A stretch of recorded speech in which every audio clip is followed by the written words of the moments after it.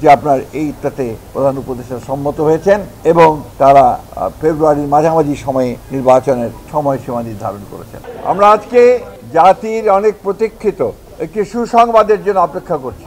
আমরা অপেক্ষা করছিলাম যে যুক্তরাজ্যের লন্ডনে সরকারের প্রধান উপদেষ্টা ডক্টর প্রফেসর মোহাম্মদ ইউনূসের সঙ্গে আমাদের বাংলাদেশ জাতীয়তাবাদী দলের ভারপ্রাপ্ত চেয়ারম্যান জনাব তারেক রহমানের যে বৈঠকটি সরকারের অর্থাৎ প্রধান উপদেষ্টার আমন্ত্রণে অনুষ্ঠিত হয়, প্রায় 2 ঘন্টার এই বৈঠক নিয়ে গোটা জাতি আপনার উৎকণ্ঠার সঙ্গে অপেক্ষা করছিল এবং সবাই অপেক্ষা করছিল যে এই বৈঠকের ফলাফল। আমি যে কথাটা আপনাদের এর আগেও বলেছিলাম, এই বৈঠকটি একটি টার্নিং পয়েন্ট হতে পারে।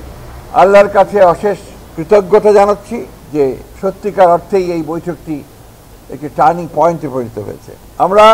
আমরা লক্ষ্য করলাম বৈঠকটির পরেই একটা যৌথ আপনার প্রেস রিলিজ দেওয়া হয়েছে, ইশতেহার বলবো, একটা যৌথ ঘোষণা দেওয়া হয়েছে, যে ঘোষণাতে খুব পরিষ্কার করে বলা হয়েছে যে আমাদের 2 নেতার বৈঠকটি ছিল অত্যন্ত সৌহার্দ্যপূর্ণ এবং অত্যন্ত একটা সুন্দর পরিবেশে বৈঠকটি অনুষ্ঠিত হয় এবং যে বিষয়গুলো আলোচনা হয়েছে তার মধ্যে প্রধান ছিল যে নির্বাচন ইস্যু।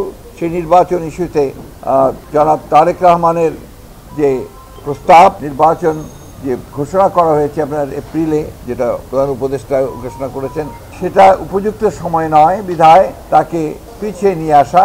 এবং সেই ক্ষেত্রে আমরা অত্যন্ত আনন্দের সঙ্গে, গোটা জাতি আনন্দের সঙ্গে লক্ষ্য করলো যে আপনার এইটাতে প্রধান উপদেষ্টা সম্মত হয়েছেন এবং তারা ফেব্রুয়ারির মাঝামাঝি সময়ে নির্বাচনের সময়সীমা নির্ধারণ করেছেন।